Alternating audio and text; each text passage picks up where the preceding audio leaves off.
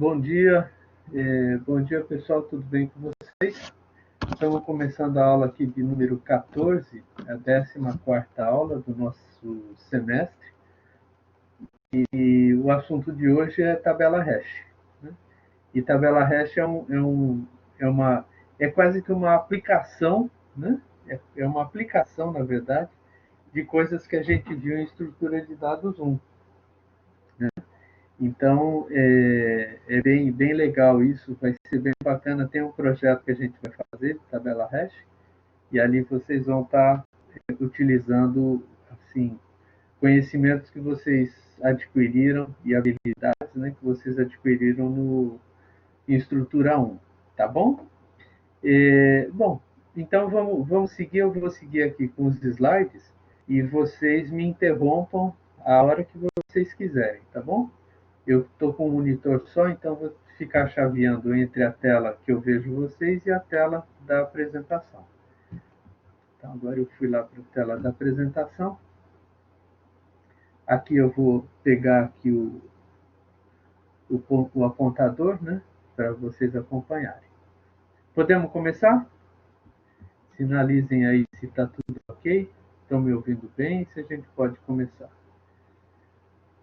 Ok, Kellyon, vamos lá então. Matheus, massa. Então vamos nós. Tabela hash. Conceitos, mapeamento, colisões, função de transformação e aplicações. Bom, beleza.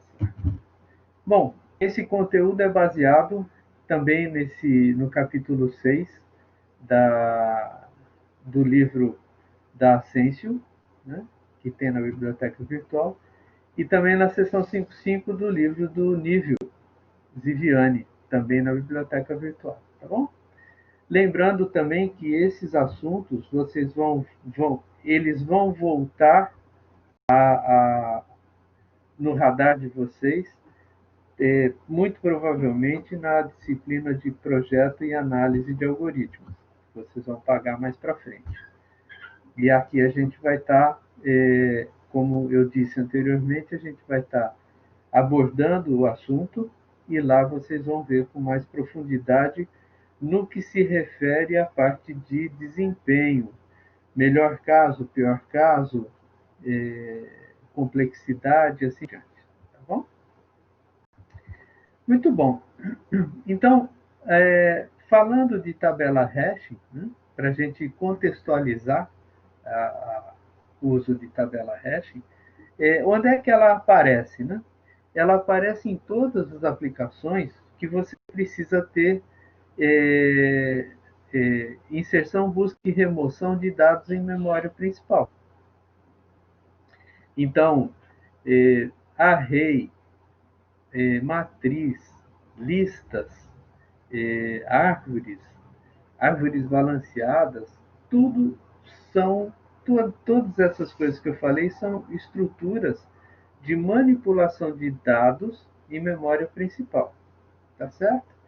E a tabela hash é mais uma desses recursos computacionais para você manipular dados em memória, tá bom? Então, por que a gente vê tabela hash separado? Não, na verdade, separado, mas na sequência, né, das outras estruturas. Porque aqui a gente vai ver uma situação diferenciada, uma situação que diferencia a tabela hash dos métodos de pesquisa tradicionais. Então, você monta, né, uma lista encadeada ou uma árvore balanceada. Vamos na árvore que está mais fresquinho na cabeça. Para que você monta uma árvore balanceada? Para você poder inserir, procurar e tirar informação de dentro dessa estrutura em tempo de execução, tá certo? E como é que você procura? Como é que você faz a busca numa AVL? Você pega a chave que você quer achar. Vamos pensar que nessa sua árvore você guarda RGM, nome e curso do aluno, tá? E você quer saber se o aluno de RGM X está nessa árvore. Então, você vai pegar o RGM do aluno e vai ficar procurando, comparando, né? Comparando a chave que você quer com as chaves armazenadas. Se você fizer o percurso na árvore balanceada e achar, pronto, você para quando acha. E se não, e se chegar no final do percurso e não achar, é porque ele não está lá. Então, esses são os métodos de pesquisas tradicionais. Tá? A tabela hash é completamente diferente. Ela não compara a chave de pesquisa, ela mapeia a chave numa tabela. A ideia é simples. A ideia da tabela hash é simples, tá bom? Ela também é conhecida por tabela de dispersão. A ideia é simples, tá? E as análises que são feitas nas formas de usar a tabela é que te mostram a complexidade daqueles algoritmos, tá? Então, agora, na tabela hash, ao invés de eu comparar chaves, se o RGM do aluno está em algum nó da árvore, eu agora vou pegar o RGM do aluno, aplicar uma transformação aritmética nesse valor do RGM, certo? E, a partir dessa transformação aritmética, vou acessar o registro onde está o aluno. Tá certo? Se a transformação gerar um índice no qual o aluno não está, é porque ele não está naquele conjunto de dados. Tá? Vai ficar tranquilo. Vamos em frente que é mais tranquilo. Quando você trabalha com tabela hash, você tem duas etapas para fazer uma busca. Primeiro, você tem que computar o valor da função de transformação, tá? Que transforma a chave de pesquisa no endereço na tabela, que faz o mapeamento do que você está procurando no endereço da tabela. Essa transformação sempre vai ocorrer. O que acontece é que, quando esse endereço não tem nada lá dentro, é porque aquela chave de pesquisa não está no seu conjunto de dados. E pode também acontecer que a transformação de duas ou mais chaves, elas podem levar para o mesmo endereço, tá certo? Isso a gente chama de colisão. E aí tem uma forma de tratar isso que a gente vai ver mais para frente. Bom, o hash, né, a questão, né, hash, ela se baseia nas seguintes situações. Eu vou ter um elemento identificado por uma chave. Pensa assim, o RGM do cara. Essa chave está num conjunto de números naturais.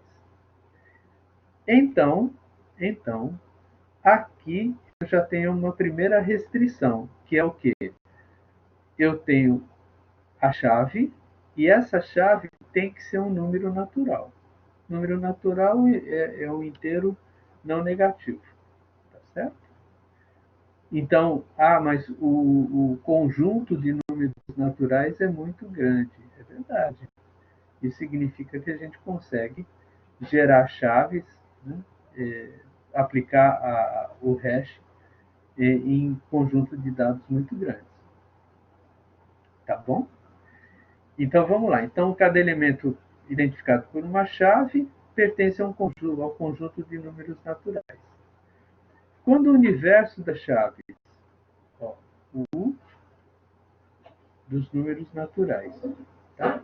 Até m-1, é pequeno, a tabela pode ser implementada como um vetor. Tá certo?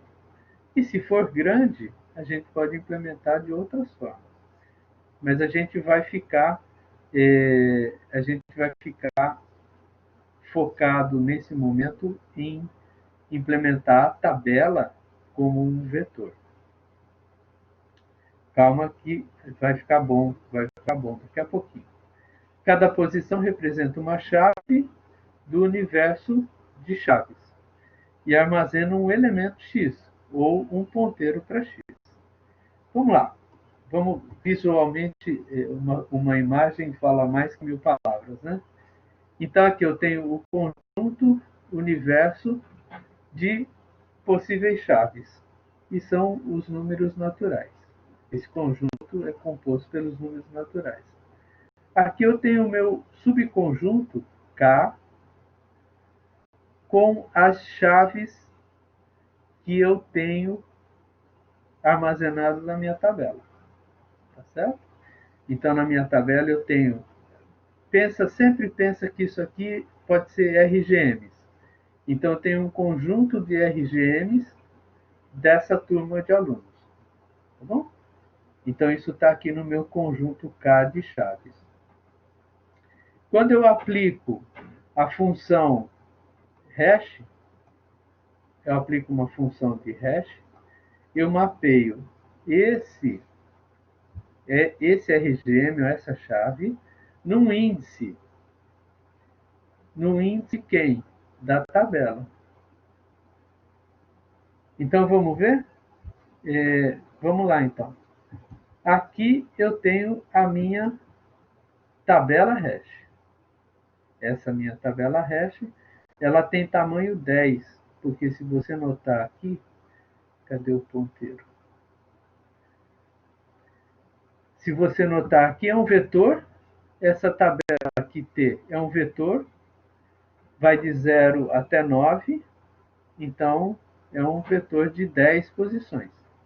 Tá certo? Aqui eu tenho o meu universo de possíveis chaves, que é o conjunto dos números naturais. Aqui eu tenho o meu conjunto específico de chaves que eu estou armazenando nessa tabela hash. Tá certo? Aqui eu tenho a chave. Essa chave aqui é essa aqui. Esse número 2 e esse número 2 são o mesmo valor. Tá certo? E aqui eu tenho os dados que estão armazenados para essa chave. Como é que funciona a tabela hash? Eu pego o número 2, aplico uma função de transformação, uma função de hash, e obtenho, com essa transformação, eu calculo o índice desse vetor aqui. Tá certo? E aí, a partir desse índice, eu vou lá dentro e vejo, eu tenho aqui um ponteiro para alguma coisa. Essa alguma coisa é o objeto que eu quero recuperar. A ideia é essa, a ideia básica é essa. Tá bom? Então, antes de seguir para o próximo slide, eu quero saber o seguinte. A ideia básica, vocês... Vamos ver aqui. Pode falar, Kelly. Está mais fácil você falar do que eu ler aqui. Tá me ouvindo, professor? Estou sim, Kelly. Diga lá. Nesse caso aí do exemplo da imagem, Uhum. o 2 no conjunto K é referente ao mesmo índice que ele está apontando, certo? Uhum. Ah, legal. Aí, nesse caso aí, a função aritmética não alterou os valores. Isso. Você É observou assim uma mesmo? coisa. Você observou uma coisa que até eu esperava mesmo que alguém perguntasse. Nesse exemplo, nesse slide que eu estou mostrando, realmente os valores. Deixa eu voltar aqui. Nesse slide, você observou bem. Esses valores aqui, ó, 2, 3, 5 e 8, são coincidentes com os índices do vetor da tabela hash. Por que, que são coincidentes? A gente vai ver mais para frente que essa função aqui, que eu estou usando, ela deixa eu escrever aqui, é a função K mod 10. Então, eu resto essa função aqui, ó, desse slide é isso aqui. Então, eu estou pegando 2 mod 10. Quanto é que dá? O resto da divisão de 2 por 10. Dá 0 e sobra 2. 2 é o índice. 3, 5, 8.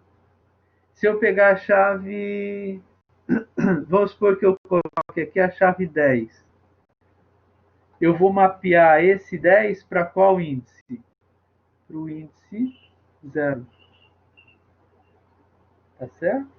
Então, nesse slide, realmente, o conjunto de chaves K, o conjunto K de chaves, está sendo mapeado num conjunto de índices do vetor T, e esse mapeamento, pela função hash que eu escolhi, está sendo igual. Não é assim, quer dizer, isso é uma possibilidade, mas a gente vai ver mais para frente que, por exemplo, se você pensar que aqui é um RGM, tá certo? O RGM mod 10 pode eventualmente mapear para o índice 2. Tá bom? Beleza? Respondi, Kélio? Sim. Joia. Então vamos seguir em frente. Mais alguém quer falar alguma coisa? Se tudo bem, vamos seguir em frente. Pegar o próximo slide e vamos seguir. Espera só um minutinho.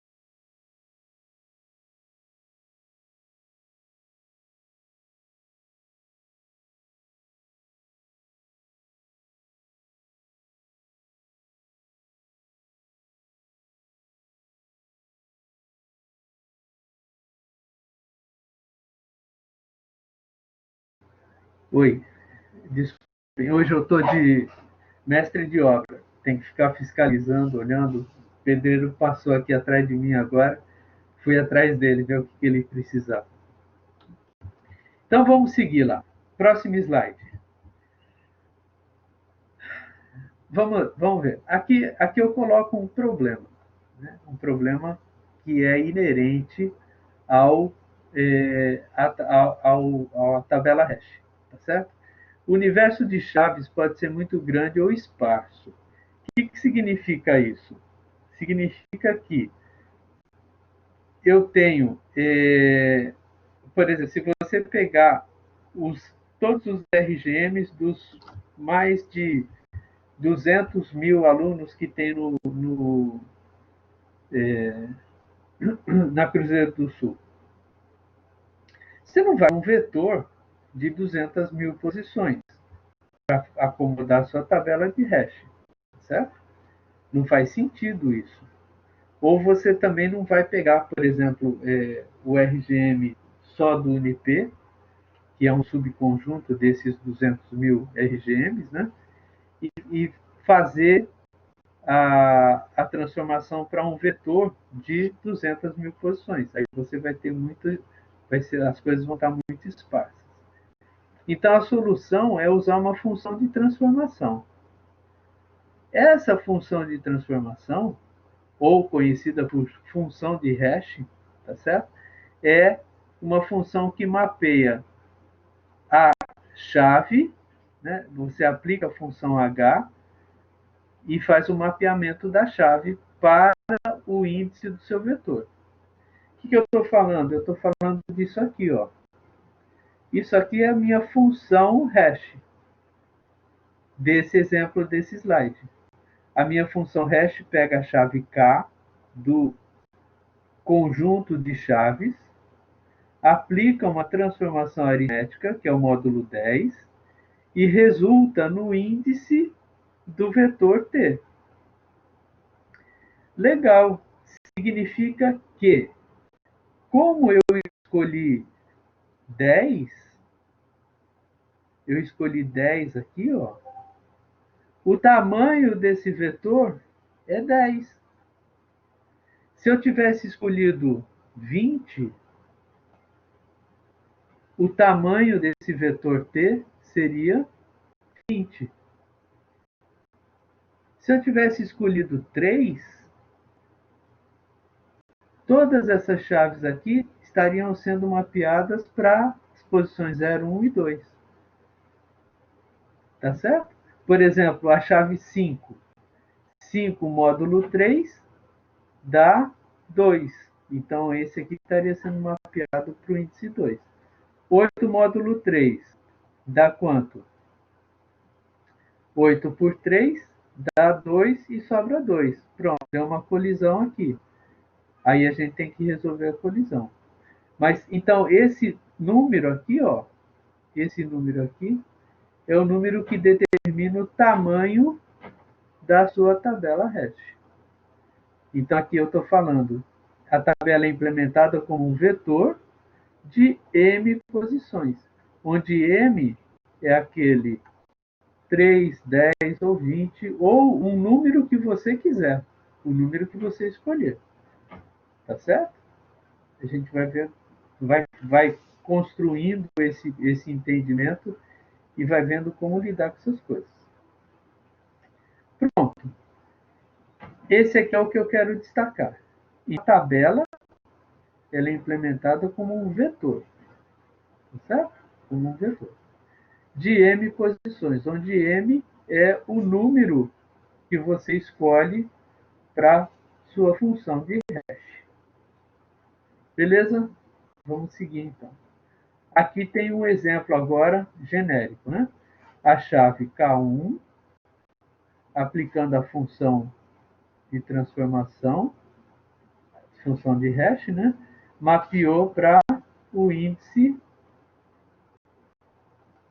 H de K1. Tá certo? Aqui eu tenho uma colisão. Ó. O K5 e o K2 foram mapeados para o mesmo índice.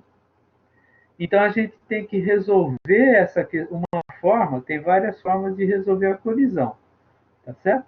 Lembrando, deixa eu voltar na figura anterior, lembrando que para cada índice, ó, eu tenho um dado ali armazenado.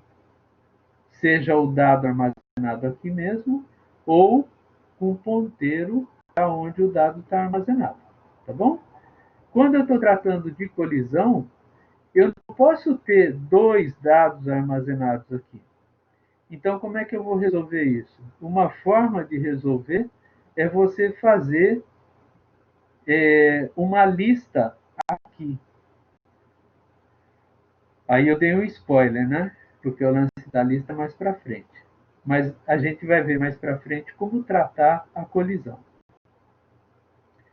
Então, aqui, ó, dependendo da função que você escolhe, você vai ter muitas colisões ou poucas colisões. Tá certo? Então, é o que eu estou falando aqui. O número de colisões depende de como a função hash espalha os elementos. O que significa espalhar? Como é que ela mapeia e espalha nesses índices aqui, ó. Espalhar é colocar, é mapear para esses índices aqui. Tá certo? Isso que significa espalhar. Tá bom? Por isso que hash é de espalhamento. Então, depende da função. A quantidade de colisões depende da função que você escolhe. Tá certo? Então, aqui eu tenho um problema, outro problema. O conjunto universo de chaves ele é muito maior que o tamanho da sua tabela, tá certo? Então, a escolha da função, ela só minimiza o número de colisões, mas ela não resolve. A solução para esse problema vai ser o quê? Solução: tratar as colisões de forma algorítmica, aplicando um encadeamento, ó. Encadeamento ou endereçamento aberto. Vamos ver o que é isso. Tem que lembrar que M é o tamanho da minha tabela, tá bom? Vamos acostumando com essa nomenclatura para a gente não se perder muito. Então, M é o tamanho da tabela. Se a minha tabela IM, o tamanho da tabela, é esse número que eu escolhi. Lembra? Não se esqueçam disso. Então, se eu pego uma tabela de tamanho 20 e comparo com o universo de números naturais, esse aqui é muito maior que o M20. Então, em função de hash, eu simplesmente vou estar minimizando o número de colisões. Mas vai ter, tá? Deixa eu ver o que vocês falaram aí. Quanto menor for o tamanho da tabela, maior será o... Exatamente. Claro, claro. Quanto menor o tamanho, quanto menor o M, maior vai ser o conjunto de a ocorrência de colisões. Exatamente. Tá? Exatamente. Então, se eu tenho aqui, nesse slide, eu tenho uma tabela de tamanho 10, e aqui eu tenho 20 mil chaves, vai ter colisão de monte. Se eu tiver uma tabela de tamanho 1000, eu vou ter menos colisões. Mas, de qualquer forma, eu vou ter. Não tem jeito. Eu vou ter. Só não teria se eu escolhesse um M igual à quantidade de chaves. Aí é aquela pergunta que você fez no início. Não faria sentido fazer a transformação. Certo? Beleza? Vamos lá, então. Falando na função de transformação. A gente agora precisa escolher essa função. E qual seria a função ideal? A função ideal. A função ideal é que gere um número pequeno de colisões e seja simples de ser calculada, computada. Então, o que significa simples de ser computada? Peraí. Caneta. O que é que significa simples de ser computada? É uma funçãozinha, uma função simples. A função módulo é uma função simples de ser computada. Tá certo? Mais dividido, são funções simples. Tá bom?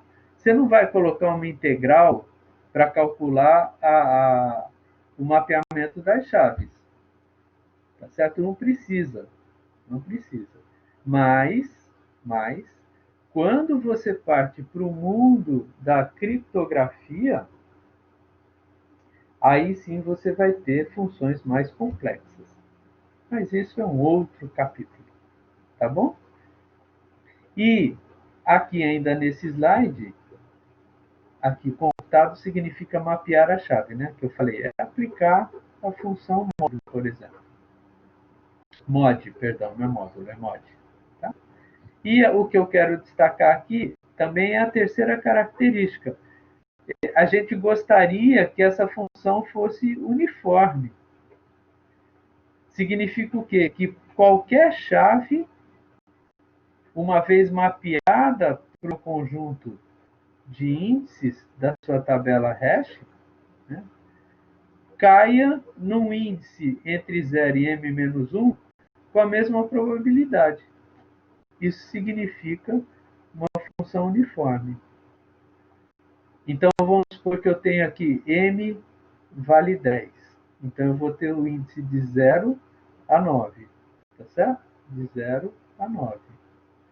Uma função uniforme é o que mapeia as chaves que eu tenho para esse conjunto de índices onde 0, 1, 2, 3 até 9 tem a mesma probabilidade de ocorrer. Tá certo? Então, se eu tenho uma função de hash de transformação uniforme, eu não vou ter clusters. Clusters é esse tipo de coisa aqui, ó. Você vai ter ou muita colisão, ou você vai ter, aqui tá, o slide é didático, né? Então tá bem espalhado. Você vê, tem dois índices aqui, um vazio aqui, outros, um ocupado, aqui. Aqui. Tem dois desocupados, dois ocupados, um vazio, outro ocupado, um vazio, ocupado, dois vazios.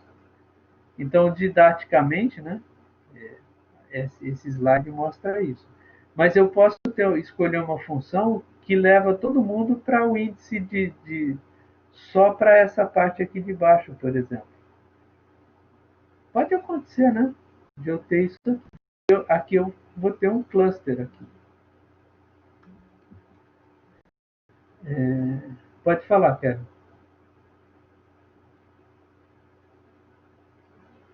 Professor, você falou aí no slide anterior que para formular a função aritmética, todas as saídas da função com a entrada k devem pertencer ao número de índice da tabela hash, certo?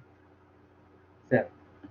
Então, eu tenho que ter conhecimento do tamanho do meu conjunto para formular a minha função aritmética, porque pode Sim. ocorrer um caso da função aritmética, dependendo da entrada do conjunto, não retornar um valor que esteja na minha tabela hash. Então, eu devo saber, né, o tamanho desse conjunto, o limite dele. Isso. Exato. Você tem que assegurar que a função de transformação que você está aplicando, ela te leva para um índice da tabela. Então, se a sua tabela tem tamanho 10, é um vetor de tamanho 10, a função ela tem que obrigatoriamente mapear para um conjunto de números entre 0 e 9, inclusive, né? Senão, você vai ter uma chave mapeada para um índice 12, por exemplo. Então, a sua função não serve. Aí a gente vai ver um pouquinho mais para frente que essa afirmação que você fez é correta. Você tem que conhecer os seus dados, analisar e buscar uma transformação que seja fácil de ser computada, que gaste pouco recurso de máquina para ser calculada, porque você vai ter que executar a função hash de transformação a cada operação que você for fazer, de inserção, busca ou remoção. Então tem que ser fácil de ser computado. E ela tem que minimizar a quantidade de colisões. Tá? Vou mandar mais um pouquinho, vai ficar mais claro para vocês. Tá bom? Então, uniforme.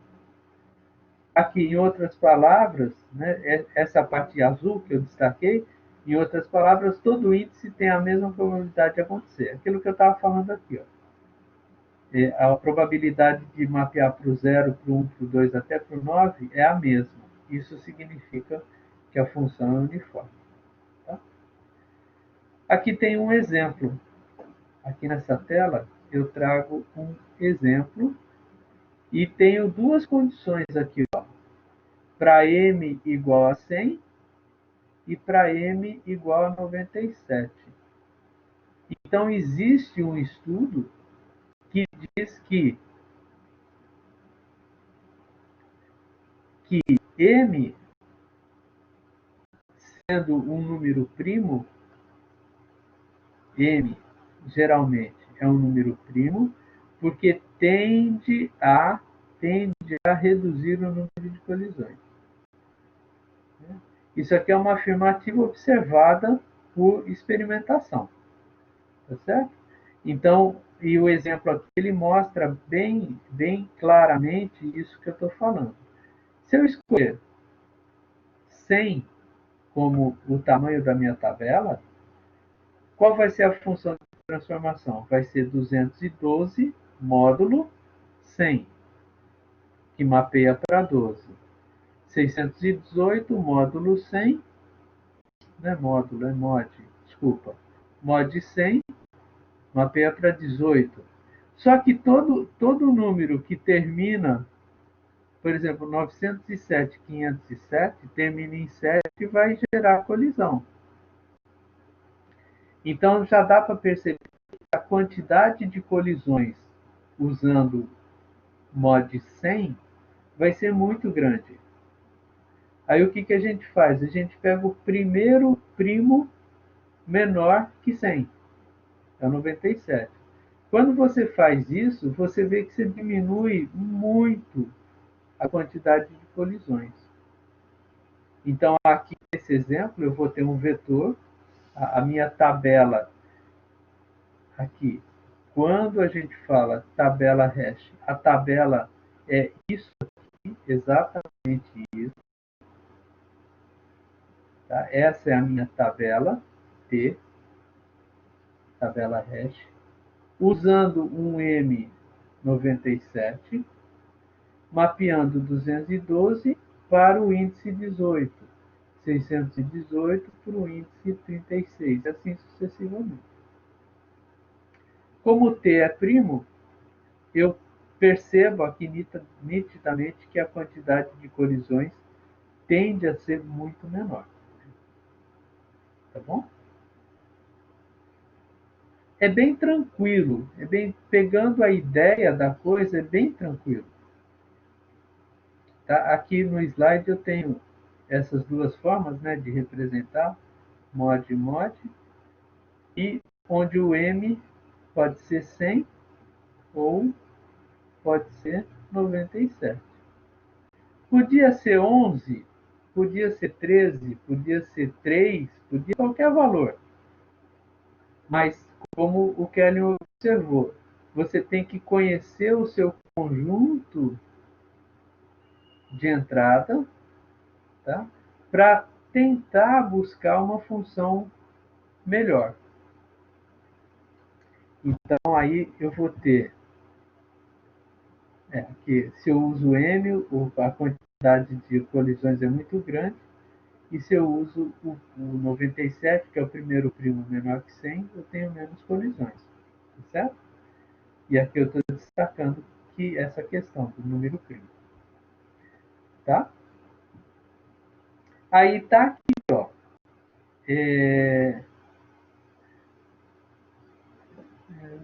Tá, aqui é a solução de colisões. É que mais para frente vai ter um slide, está muito longe. Depois eu volto aqui. Dizendo que a escolha da função é mais arte do que matemática. É mais feeling do que...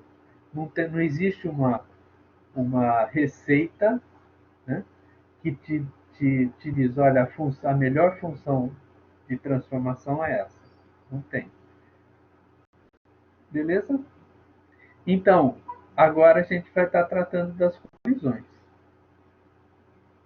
Aqui, nesse exemplo, você vê que eu tenho várias colisões. Ó. Duas aqui, aqui com com dois. O que eu faço com essas chaves que deram colisão? O 302 e 702. Eu tenho que resolver isso, né? Como é que eu faço eu resolvo as colisões? Eu vou poder usar uma lista linear encadeada, por exemplo. Né? Uma lista linear encadeada. Então, todas as chaves com o mesmo endereço são encadeadas em uma lista. Tá? E aqui o endereçamento aberto, né? Eu posso resolver com o encadeamento e endereçamento aberto. O encadeamento gera uma lista encadeada. E o endereçamento aberto, as chaves são armazenadas na próxima tabela. Vamos ver o que é isso aqui. Olha só. Com encadeamento, eu vou ter isso aqui. Então, a chave K1 e a chave K4 deram colisão. A função hash gerou o mesmo índice para as duas. O que eu faço? Eu faço uma lista encadeada aqui. E aí eu posso optar por inserir nessa lista só no começo ou inserir na lista só no fim. Isso é uma opção que você vai ter na implementação. Tá bom? Tá legal, gente? Vamos mais um pouquinho. Então aqui tem um exemplo. A sequência de slides agora, ela executa a inserção dessas chaves na tabela T. Antes da gente começar, ó, o tamanho da tabela é 9, então vai ser o índice de 0 até 8, certo? 9 não é primo, tá? Mas tem que obrigatoriamente escolher um M primo? Não. O primo, ele tende a reduzir a quantidade de colisões, mas você não precisa obrigatoriamente trabalhar só com números primos. Tá bom? Então vamos lá. Primeira inserção. 5 mod 9 dá 5. Espera um minutinho que eu vou abrir a porta lá.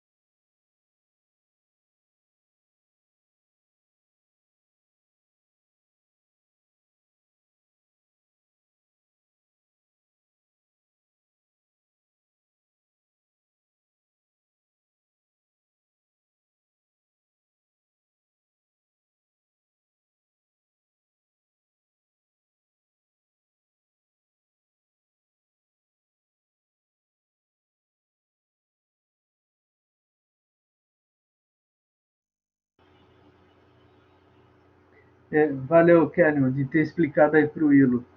Eu estou com um pedreiro aqui em casa e ele sai para fazer alguma coisa, eu tenho que levar ele até a porta e buscar ele na porta e tal. Mas vamos lá.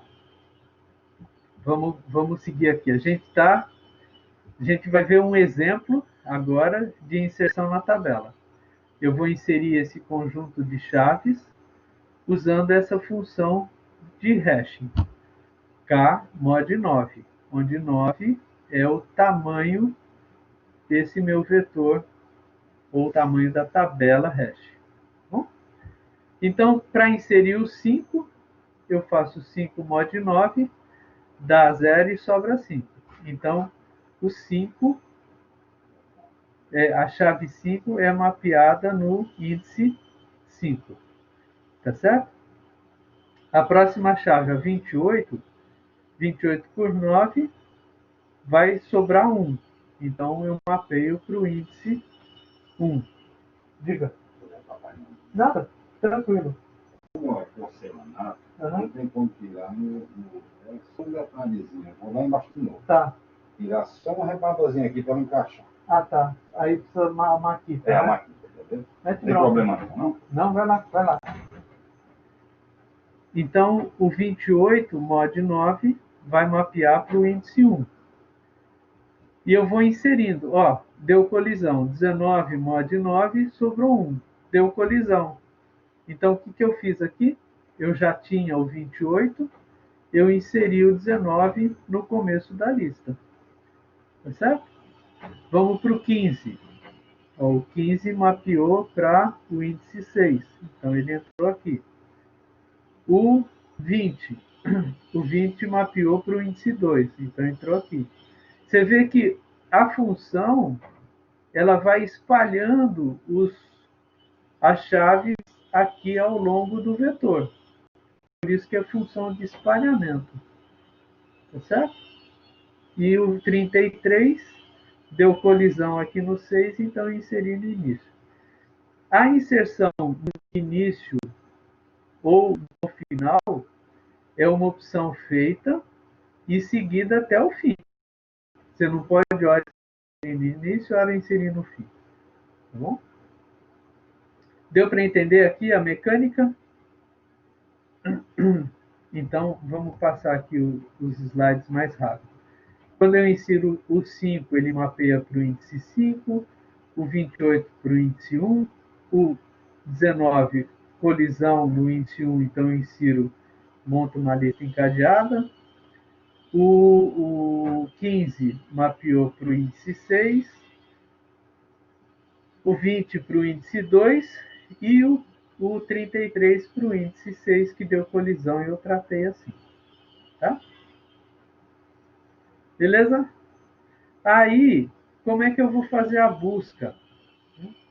No caso de ter colisão, eu quero achar a chave 28. Quando eu aplico a função hash no 28, eu vou mapear para o índice 1. Tá certo? E aí eu tenho que percorrer essa lista para ver se aquela chave 28 está nessa lista. Tá? Então, aqui em termos de complexidade, né, do encadeamento, eu tenho uma complexidade x para busca, ela depende do número de elementos que está antes da chave que eu estou procurando. Certo? A inserção pode ser no final ou no início, isso dá uma complexidade diferente. E a remoção, eu posso usar uma lista duplamente encadeada para ter um melhor desempenho. Ah, então quer dizer que eu posso usar a estrutura que eu quiser aqui? Sim. Pode usar até uma árvore, se você quiser. Depende dos seus dados e da natureza do seu problema. Tá certo? Isso aqui pode ser um ponteiro para uma árvore AVL, por exemplo. Tá certo?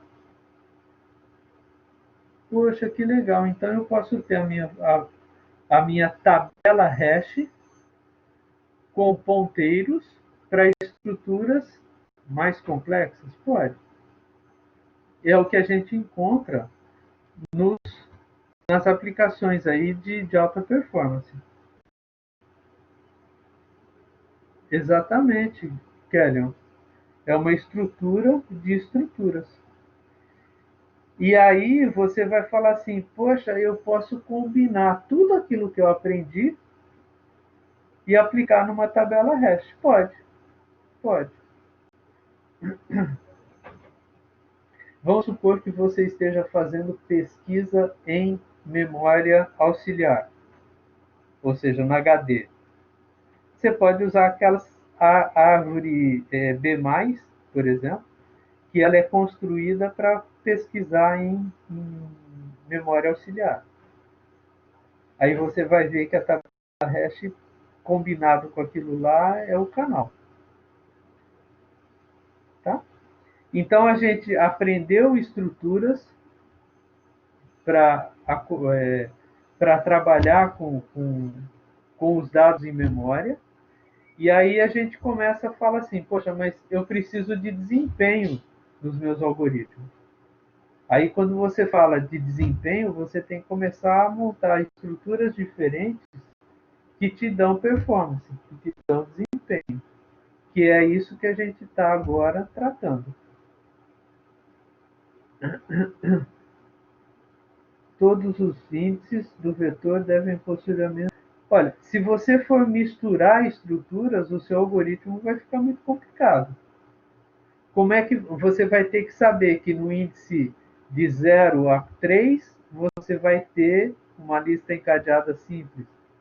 Aí de 4 a 6 você vai ter uma árvore. Isso não faz muito sentido, porque o espalhamento, como é uma função aritmética, o espalhamento ele não vai te dizer, vai para cá ou vai para lá. Entendeu? Então você tem que analisar o seu contexto, o seu problema, a natureza do seu problema, e escolher a estrutura mais adequada para aquele problema. Tá? Tranquilo? Você vê nesse slide que a gente está vendo aqui tá, a gente escolheu fazer uma lista simplesmente encadeada. Eu podia ter escolhido um vetor, né? Podia ter escolhido um vetor.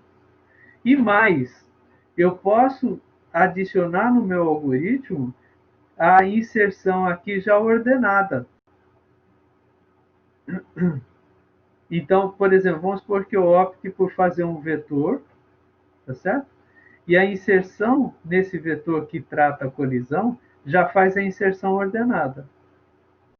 Eu perco tempo na inserção, mas eu ganho na busca, porque aí eu faço uma busca binária aqui que é muito mais rápida. Então você pode fazer uma salada disso tudo, usando as melhores técnicas que você aprendeu. Certo? Certo, babies? Eu acho isso um barato, cara. Eu sou encantado com isso. Porque você efetivamente aplica o que você aprendeu de estrutura de dados e buscas para trabalhar com algoritmos de alto desempenho. Tá legal? Beleza? Que mais? Alguma observação aí?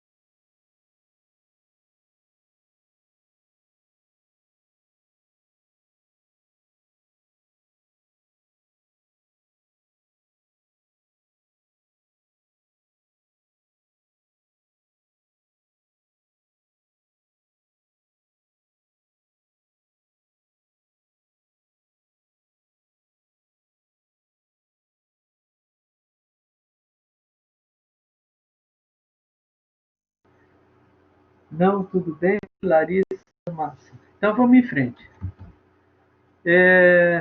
Tá legal. Então, tá. Aí vem a questão de, poxa, mas eu estou trabalhando com RGM. RGM é um número inteiro. Beleza, tranquilinho. E se eu trabalhar com nome, string, chaves não numéricas? Como é que eu vou fazer esse negócio? Bom, o que você vai fazer? As chaves não numéricas devem ser transformadas em números. Simples assim. Não tem outro segredo. você tem que aplicar uma função de transformação dessa chave num valor inteiro, natural. Aí eu tenho essa formulinha aqui. Só tem essa? Não. Você pode inventar a função que você quiser. Mas essa aqui é uma ideia. Então, N, esse N aqui, é o número de caracteres da chave. Lembra que a gente fala, né, que a senha tem que ter no mínimo 8, no máximo 16 caracteres, parará, parará. Tem a ver com esse N aqui. Tá? A chave de posição I, ou seja, a letra, né, corresponde à representação ASCII do iésimo caractere da chave. IPD é um inteiro de um conjunto de pesos gerado randomicamente em... Cara, eu não estou entendendo como é que é isso.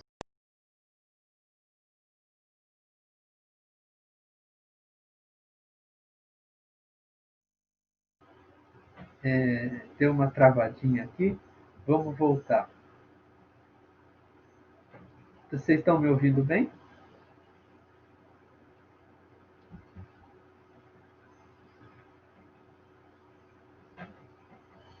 Tá legal. Então aqui, ó, se a gente for ler isso aqui, a gente está doido, né? Mas vamos ver um exemplo. Olha só. O exemplo é o seguinte. Por exemplo, a letra A, qual é a posição dela no alfabeto? É a posição 1. Certo? A letra E é a posição 5. A, B, C, D, E, E. É de 0, né? Começa de 0, então é a posição 5. A letra S é a posição 19. Então, se eu fizer um hash com 7, eu vou fazer 1 mod 7, mapeia para 1. 19 mod 7, mapeia para 5. Certo? Aqui, nesse exemplo, eu não usei esse fator aqui, ó. Não usei esse fator aqui. Mas você pode, para aumentar o espalhamento, você pode usar esse posição 1 vezes aqui esse número aleatório. É um peso gerado randomicamente para o I entre 1 e N. Quem for estudar mais a fundo criptografia vai lidar com isso direto. Tá? E aí, então, vamos pensar nesse exemplo aqui e ver como é que seria a palavra, a inserção das chaves P, E, S, Q. Eu não estou fazendo a chave chamada pesquisa. Eu estou usando as letras separadamente. Como é que vai ficar? Onde 7 aqui é um número primo qualquer, tá?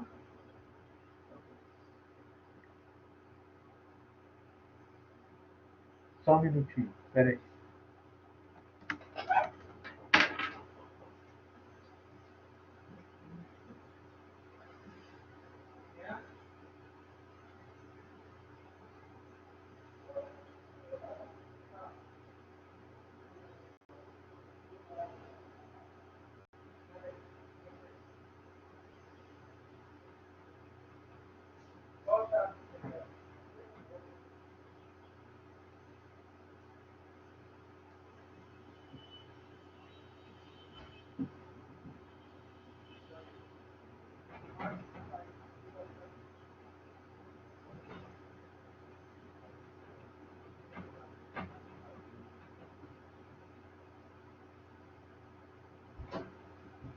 Espera aí que eu já venho.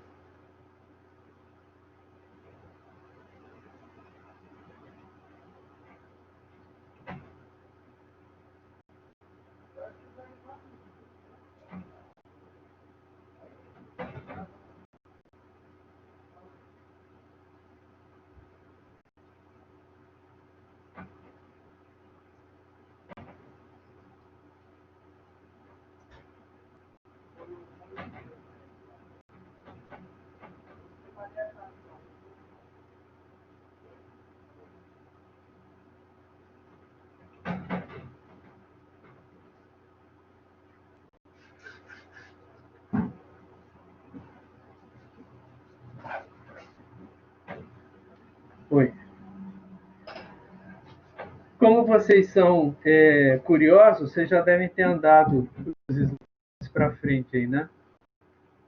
Então vamos ver como é que fica. Ah, tá. Isso que eu estava explicando, né? O 7 é o número primo qualquer. Esse 1 é a posição da letra A, a posição da letra E, a posição da letra S e o cálculo da posição usando o mod 7. Tá bom? Então, aqui no caso do exemplo da pesquisa, né, das letras, a letra P, a posição dela é 16. Então, 16 mod 7 mapeia para o 2. Então, aqui no índice 2 da minha tabela de hash, eu vou encontrar a letra P. Tá certo? A letra I deu colisão, ó. Então, o que eu faço? Eu coloco a letra I numa lista encadeada. Certo? E assim sucessivamente para todas as letras. Tá? Deu para entender? Ah, mas espera aí, Wallace. E se eu quiser pegar a chave, como chave, a palavra pesquisa? Aí, se você quiser fazer, encontrar o índice da tabela hash para a palavra pesquisa, você não vai poder já usar, desculpa, esse método. Certo? Porque esse método ele se baseia na posição I da letra no alfabeto. Aí você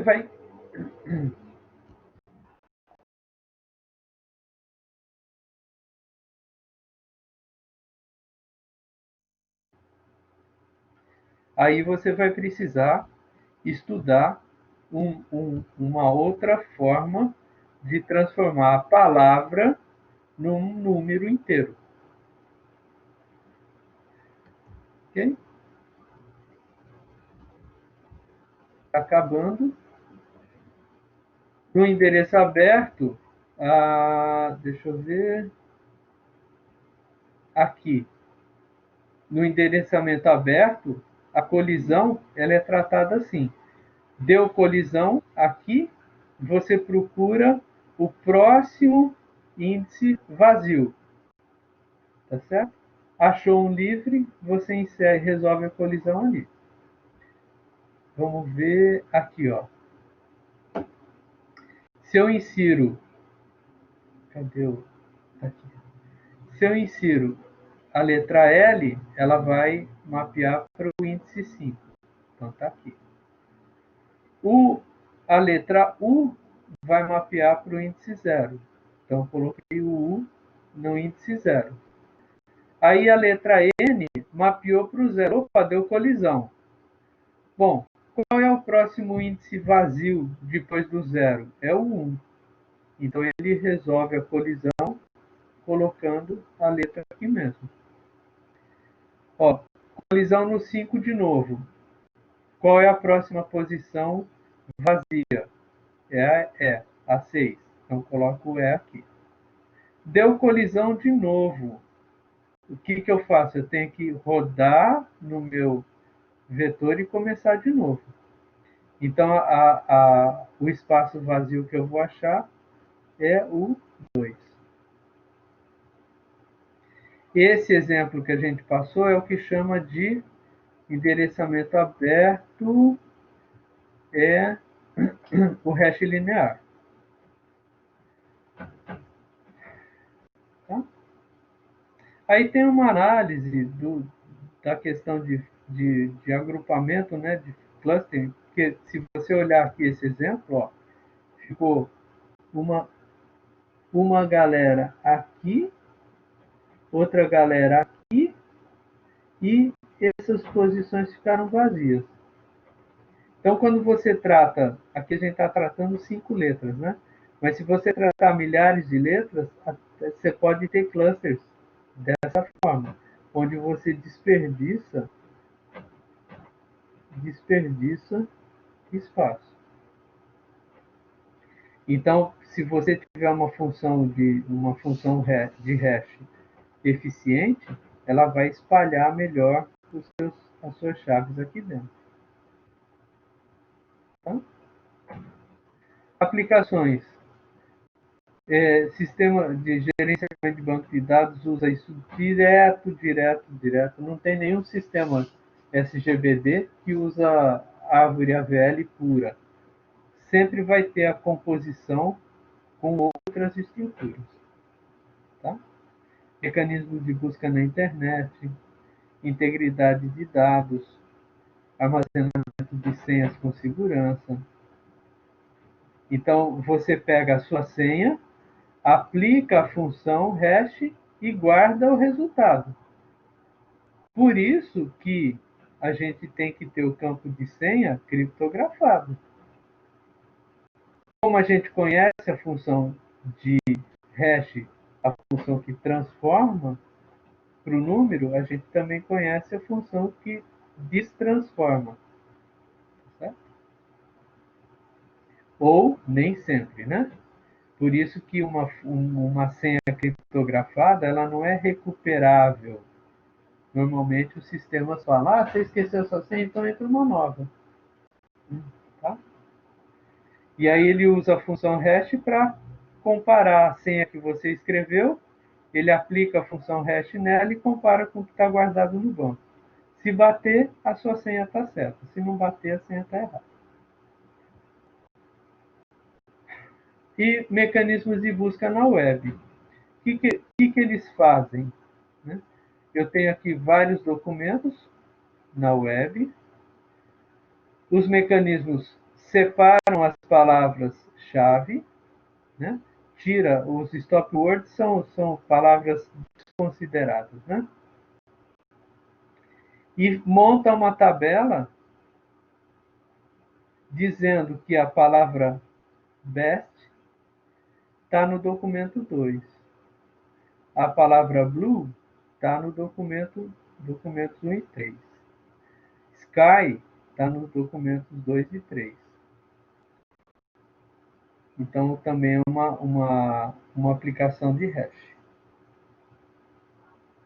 E aqui, nesse endereço, eu quero que todo mundo acesse esse endereço. Deixa eu copiar ele aqui. Oi? Chave. Espera aí, galera. Espera aí. Sem problema.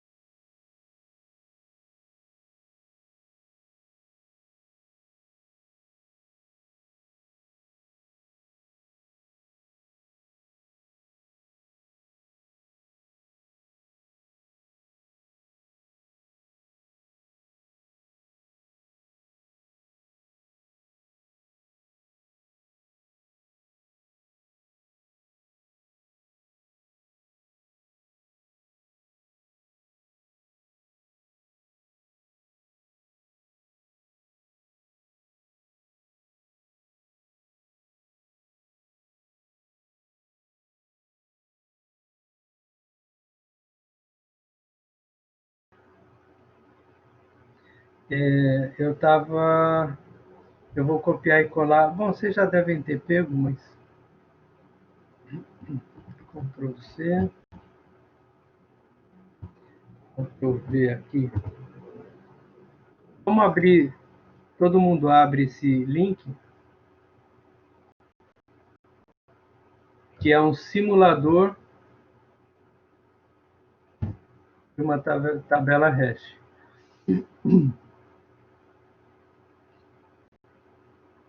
Eu vou colocar aqui, compartilhar uma guia do Chrome.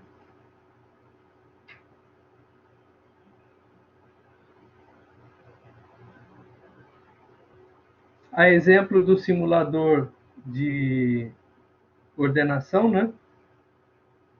Esse link é da mesma categoria, né? Da mesma turma. Então, aqui tem a explicação. Você dá o ESC, ele some. Eu posso mandar criar uma tabela vazia com 13, tamanho 13, né? Esse 13 aqui vai ser o número que eu vou fazer mod. Então, se eu pegar a chave 47, mod 13, vai mapear para um desses índices aqui. Tá certo? Então, eu posso mandar inserir. Aqui eu posso mandar inserir o número 47. 47 mod 13 vai me mandar para o índice 8. Agora eu quero inserir a chave, inserir um conjunto, né? 4, 77, 12, 48. E clica no vai. Aqui, ó, ele deu colisão. 77 e 12. O que ele fez? Inseriu aqui numa lista. Essa estrutura aqui pode ser uma lista simples, encadeada simples. Tá? Vamos mandar inserir mais uma galera aqui. 67, 99, 112. Aí eu posso usar o número que eu quiser. 1, 2, 3, 4, 5, 6. Ele vai fazer esse número mod 13 e vai inserindo. Olha lá, deu colisão aqui no 8 também. Aquele número grande, ele desconsiderou. Eu acho que ele usa só até... os números acima de 100 ele desconsiderou. Vamos ver. Se eu mandar inserir... Vou apagar aqui. Inserir 101. Olha lá. A chave deve ser entre 0 e 99. Aqui, ó. Para essa visualização. Então, ele simplesmente ignorou o valor. Tá certo? Então, esse aqui é um simulador de tabela hash. A função a gente usou o 13, né? Como sendo o M para função. Então, faz mod 13 e ele espalhou meus dados desse jeito. Se eu quiser buscar, eu quero buscar o 8. Então, o 8 mapeia 8 mod 13, dá o índice 8. Aí ele entra aqui, procurou 47,99 e retornou, não encontrou. Agora eu vou procurar o 99.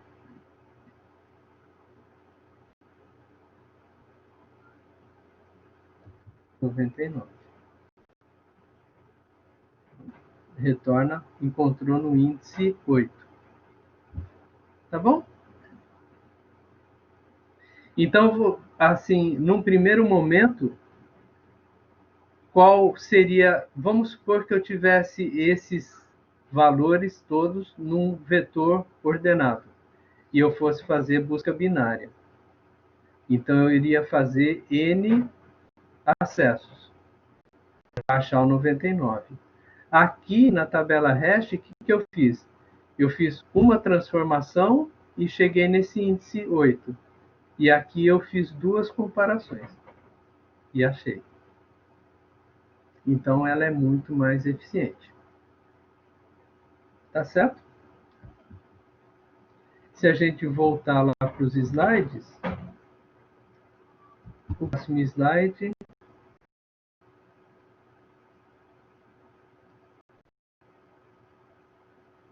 Vamos compartilhar aqui a janela dos slides. Então aqui eu tenho o slide com o link do visual do simulador. E para hoje é isso. Tabela hash. That's it, all folks. Palavra aberta para vocês. Gostei da tabela. É, meu. O legal, cara, o que é genial nesse mundo da ciência da computação é você ficar pensando nessas coisas, cara. Então, quem sabe, entre vocês, ou alguém, algum dia, né, se você for fazer mestrado e doutorado, você pode fazer pesquisa, tem linha de pesquisa para essa parte de criptografia, MD5, MD15. Isso são linhas de pesquisa que tem em toda a universidade, né? Você pensa que o blockchain nasceu de onde? Blockchain é uma outra ideia, que alguém embolou, falou, por que a gente não faz isso? Né? Essa questão da função vai depender do quão complexo e seguro será a sua tabela. A função de hashing, qual que é o objetivo dela? É espalhar ao máximo as suas chaves no vetor. Essa que é o foco da função. Aí você vai escolher a função conforme essa característica. A questão da complexidade, né, está ligada à criptografia. Então, você pode usar uma função de hashing para converter a sua senha de letras e números e caracteres especiais numa sequência de letras e números. É uma outra aplicação, tá certo? É uma outra aplicação. Tá bom? Me dê um minutinho só.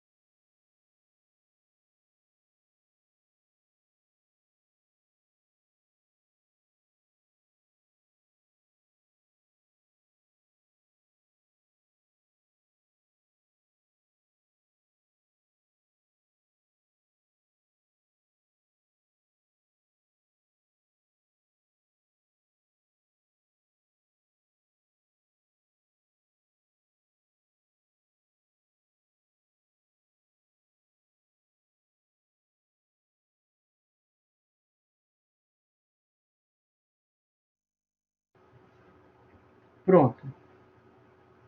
Bom, para encerrar a aula, eu vou explicar para vocês o que é que a gente vai fazer agora para esse segundo estágio.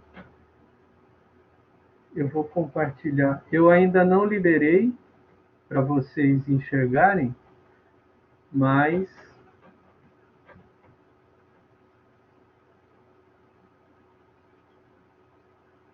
ainda estou elaborando.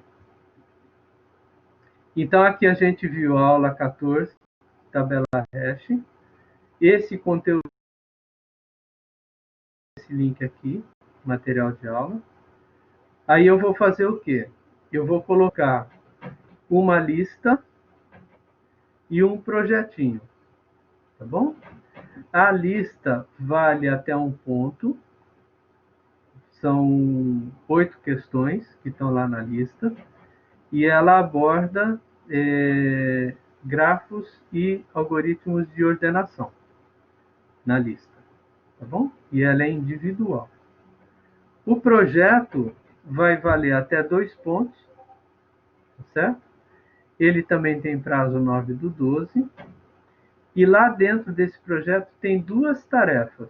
Uma que mexe com algoritmos de ordenação, código.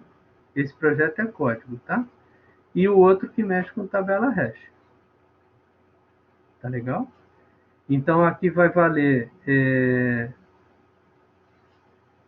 1 ponto o projetinho de ordenação e 1 ponto o projetinho de tabela hash. Dá 2, com 1 da lista 3, com 2 da prova 5. Tá legal? E esse projeto, o projeto de ordenação e hash, pode ser feito em equipe, de até 4 alunos. Perguntas básicas, né? Professor, pode ser 5 alunos? Não, não pode. Professor, pode ser um aluno? Pode. Tá? Mas eu coloquei para fazer em equipe para vocês poderem trocar experiências e conversar e fazer um projeto em equipe. Alguma dúvida? Isso aqui eu vou liberar hoje ainda, tá? Agora, acabando a aula, eu vou trabalhar. São detalhes que falta colocar lá, um arquivo ou outro, e liberar para vocês já acessarem. Combinado? Bom, para hoje é isso.